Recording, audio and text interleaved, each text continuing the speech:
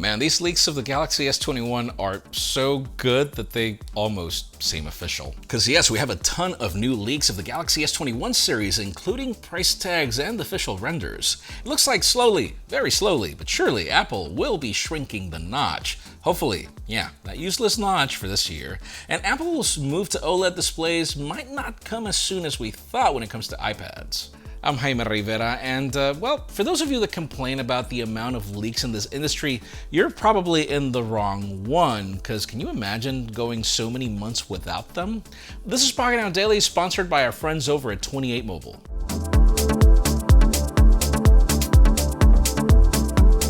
The official news today begin with deals, even if this is a very short week because of the holidays, and regardless, this is actually when you want them most. Let's begin today with Samsung deals, though today we have a twist.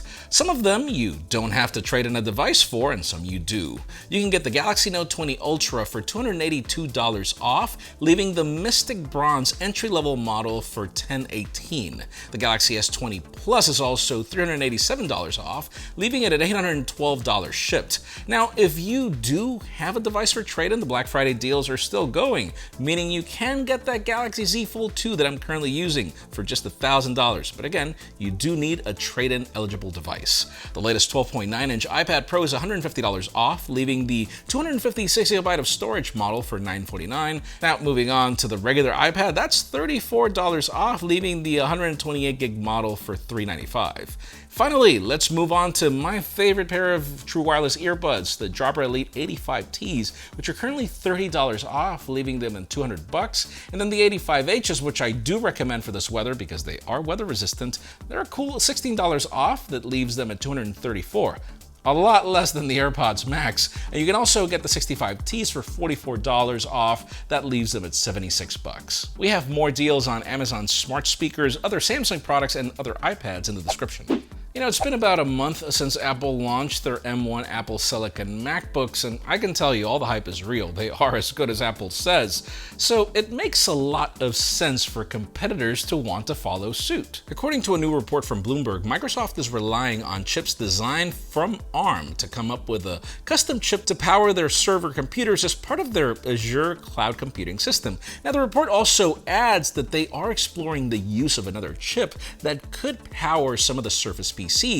And of course, Microsoft isn't new at this. I mean, they've partnered with Qualcomm in the past for the design of the SQ1 and SQ2 for the Surface Pro X, as well as with AMD in some other cases. But Bloomberg claims that this project could be something entirely different to Microsoft, making it sound like they're following on Apple's footsteps for an in-house chip that's going to be a lot like the M1s. Now, this is all interesting, and I think competition is only going to make this market even better.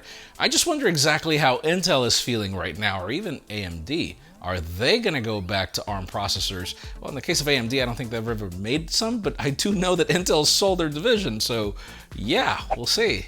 And now how about if we move on to OnePlus, as this has been a very interesting year for the company. And regardless, apparently the company just showed us off their new concept phone, which would be the second for 2020. If you remember back at CES, yeah, when trade shows were a thing, OnePlus showed us the Concept One, which had the disappearing camera that worked kind of like an ND filter. Well, the company just went on YouTube and showed us a phone with a color shifting back panel. OnePlus is describing this as a quasi-wavy, quasi-flowery pattern that changes color by using an electric color material and finish, making the panel go from dark blue to light silver, and it's supposed to even breathe with you, if that makes any sense. Apparently, the material contains metal oxide in the class, which varies color at different voltages, actually using millimeter wave to achieve this effect. So yeah, OnePlus claims that they do not plan to release it or sell it commercially, but it's nice to see that they're still innovating, and it's also nice to see a OnePlus 8T that apparently is powered by millimeter wave, which we did not have in the other one. Just do us a favor, OnePlus. This would be the second one you show in a year. Just launch one of them, because the one we saw at CES was crazy great. And also, while you're at it, how about if you launch a concept phone that actually has a great camera and then you slap it on and make that one official as well? That would be amazing. Now, how about if we move on to Apple, as it's been rumored for the longest time that the company is going to rework their iPads, and we should expect something completely different in 2021. But apparently it has a lot to do with technology changes and not necessarily design. Just to jog your memory, Apple is planning to move on to mini LED displays in early 2021 for Macs and iPads, but some reports claim that they'll be moving on to OLED shortly after, at least for iPads. Well, according to a Barclays analyst, these OLED iPads might not come in 2021 after all. The research note claims that we'll probably see an iPad with an OLED display in 2022, the earliest. And I mean, this timing actually makes a lot more sense. The other predictions hinted to them only announcing a couple of iPads with mini LEDs and launching OLED ones in the same year. We'll see. Now, Apple has been using OLEDs for years since the iPhone X launch. They've been doing a really good job at it. But I'm not gonna lie that I'm actually curious to see a tablet with mini LED, mainly because of all the benefits they bring, which pretty much makes them almost on par with OLED. Not as good, but close. And since we already started talking about Apple, how about if we move the spotlight over to the iPhone 13, as apparently we are finally going to get a change that we've been asking for since the iPhone X. According to a new Digitimes report, the iPhone 13 will finally bring a smaller notch than usual. They claim that this will happen because the 3D sensor for Face ID is getting a reduction in size, meaning the iPhone 13 will still bring a notch, but it will be significantly smaller than what we currently have. Along with this, the 13 line is also expected to bring a revised camera sensor, and apparently all the models will now feature LiDAR and a time-of-flight sensor, with the Pro models getting an extra telephoto, which we've covered in previous leaks.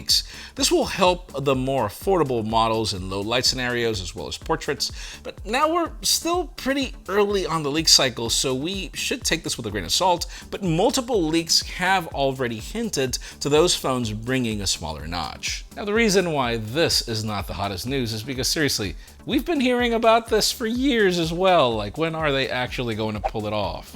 Today's episode of the Pocketnow Daily is sponsored by 28 Mobile. Back in the day when we started, it was really hard for us to get some of the smartphones that we needed for reviews, and 28 Mobile was actually one of our first partners. There's a huge market out there of exotic products that aren't easy to find, like dual SIM variants, regional color options, you name it. 28 Mobile doesn't just specialize in this, but also in your conventional smartphone, tablets, smartwatches, headphones, gaming consoles, and our favorite, which is a huge selection of Asian exclusive devices.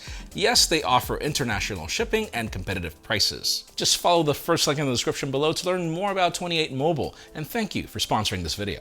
And finally, the hottest news today, and they will be for the next couple of weeks most probably, is the Samsung Galaxy S21. I mean, I think that we are at peak when it comes to leaks right now with this phone, or I can't even imagine how we can go any higher than this. We've already seen devices in multiple renders and videos, but the new leaked images seem to be the real deal. We have some new renders of the Galaxy S21 Ultra from both WinFuture and Evan Blass, all showing off the new design and the new wallpapers. We get to see the new camera module with the 4 lenses, and it seems to be much more flush to the rest of the phone when compared to the previous Ultras, but somehow using the design language of the trim for the hump. This camera array will reportedly consist of an 108 megapixel main sensor, 2 10 megapixel telephotos, and the 12 megapixel ultra wide. The display is your typical Samsung display with slightly narrower bezels and a reportedly smaller punch hole. The specifications of this phone include an Exynos 2100 or a Qualcomm Snapdragon 888, 12 gigs of RAM, and up to 512 gigs of storage. Now, something we hadn't discussed on the show is the leaked price tags that seem to be getting cheaper. A Galaxy Club leak claims that the S21 would start at around $850, the S21 Plus at around $1,050, and then the Ultra at $1,250, all $100 or $200 cheaper respectively when it comes to the S20 lineup. But anyways, let us know in the comments down below, what do you think about these prices? Do you think that they're good? Do you think that they're bad? Because in my case, I do feel that Samsung needs a variant that's less expensive, something in the $700 range, and have that phone drive sales, and then people can also pick the Plus or the Ultra variants if that's what they want. I think that would be a smarter strategy than starting at $850, but that's just me. Leave us a comment down below. We'd love to know your opinion.